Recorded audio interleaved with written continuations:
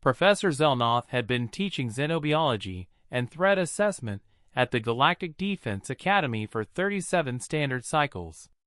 In that time, he had trained thousands of security personnel, diplomatic guards, and peacekeepers from over 200 species. He considered himself an expert on identifying dangerous lifeforms. Today's lecture was on humanity. The auditorium was packed with cadets, Vrelians with their insected compound eyes, massive Garathi who had to use reinforced seats, delicate whispers who floated in their containment spheres, and dozens more. All eager to learn about the species that had, in just 2 standard years since first contact, become the subject of countless security briefings. Humans, Professor Zelnoth began, his tentacles manipulating the holographic display, are from what we classify as a Class 13 death world.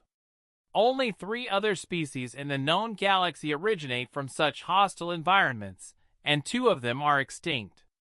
The display showed Earth rotating slowly, a blue and green marble that looked deceptively peaceful.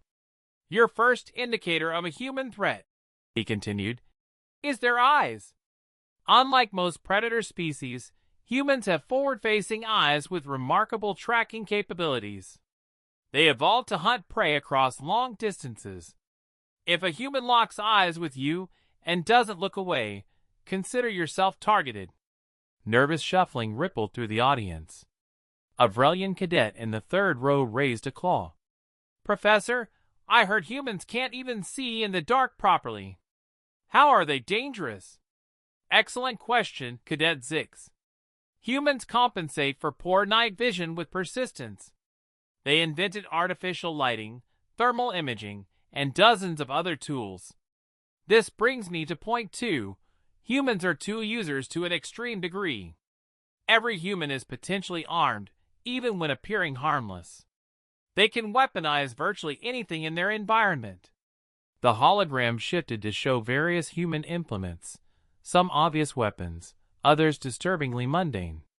A pen, a belt, a ceramic cup. Point 3. Zelnotha's voice dropped lower. Is their psychological profile. Humans experience an adrenaline response that temporarily enhances their physical capabilities during stress. They become faster, stronger, and feel less pain. This is called fight or flight, though humans disproportionately choose fight. A voice spoke up from the back row. But Professor, aren't humans also known for diplomacy and art? Zelnoth turned to identify the speaker and felt his chromatophores flash in alarm. Sitting in the last row, half hidden behind a Garathi, was a human. A young female, if he remembered his xenobiology correctly, wearing the Academy's cadet uniform. Her hand was raised politely, and she was smiling, an expression he'd learned could mean anything from friendliness to a threat display. The entire auditorium fell silent as hundreds of eyes, stalks, and sensors turned to look at her. I did not realize we had a human enrolled, Zelnoth managed, his voice translator crackling slightly. First of my species here, sir, the human said cheerfully. Cadet Emma Chun, Security Track. I'm finding this lecture fascinating. Please continue. Zelnotha's multiple hearts raced. Every warning sign he just described was sitting in his classroom. Forward-facing eyes, check. Probable concealed weapons, check. Adrenaline-capable physiology, check.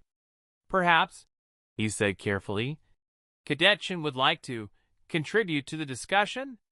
Emma stood, and several cadets near her instinctively leaned away. She didn't seem to notice. Sure. So you're right about most of this, but I should clarify a few things. The eye contact thing? That's cultural. In some human societies, avoiding eye contact is actually more suspicious. We're not always targeting you. Sometimes we're just paying attention. She walked down the aisle toward the front, and Zelnoth resisted the urge to activate the panic button under his podium. The tools thing is spot on, though, Emma continued conversationally. My dad's a carpenter. He once said, Everything's a weapon if you're creative enough. But here's what you're missing, Professor. She stopped at the front of the auditorium and turned to face the class. Humans are social pack bonding species. We don't usually go threat mode with people we consider part of our group. And we bond with pretty much anyone who shows us basic respect. She gestured around the room. Everyone here? You're my classmates. That makes you pack. Which means if someone threatened any of you, I'd fight them. That's the real human threat assessment you should teach. We're not dangerous to friends. We're dangerous for friends.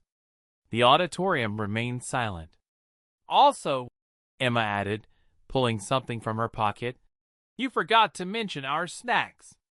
She held up a small bag. These are called ghost pepper chips. We eat them for fun, even though they cause chemical burns in our mouths.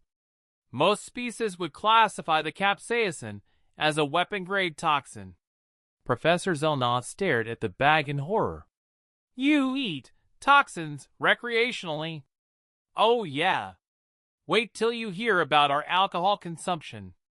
Emma grinned and tossed the bag to him. He caught it reflexively with two tentacles, holding it away from his body like it might explode. Any other questions about humans, Professor? I'm happy to help with the curriculum. Zelnoth looked at his notes, then at Emma, then at his notes again. He'd spent weeks preparing this lecture based on intelligence reports and military assessments. In 5 minutes, one human cadet had made him question everything. Class dismissed, he said weakly. New assignment, befriend the human. Detailed reports due next week.